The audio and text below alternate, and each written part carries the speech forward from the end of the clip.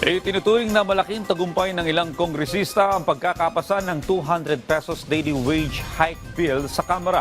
Bukod dito, lusot na rin sa huling pagpasa ng mababang kapulungan ang ilang pang mahalagang panukalang batas. Si Mela Lesmora sa report.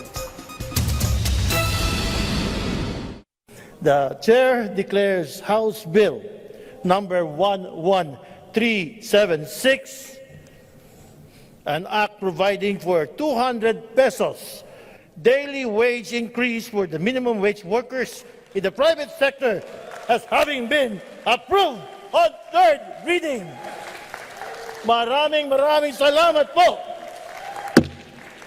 Sa isang makasaysayang pagkakataon, nakalusot na sa Kamara ang panukalang umento sa sahod.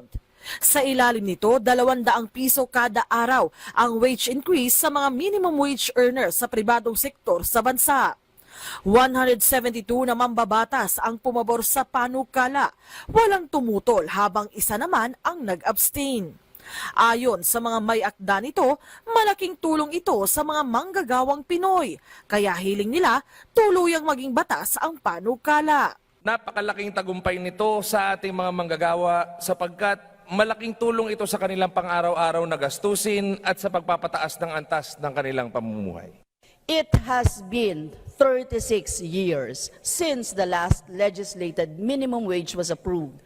Now is the time to finally break the long years of legislative inaction. Naaprubahan ang panukala isang araw lang matapos makipagpulong sa ilang labor groups ni Pangulong Ferdinand R. Marcos Jr. sa Malacanang.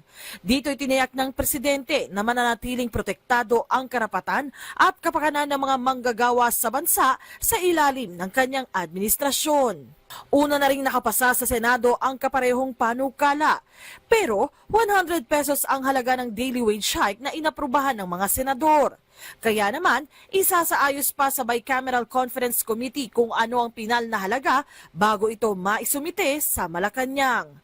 Bukod sa wage hike bill, lusot na rin sa huling pagbasa ng Kamara ang panukalang mag-i-institutionalize sa AIX program ng DSWD at panukalang Philippine Civil Registry Act. Gayon din ang panukalang iba yung magpapalawig sa benepisyo at pribilehiyo ng mga senior citizen at proposed measure para sa pagbuo ng mekanismo sa pagdedeklara ng state of imminent disaster.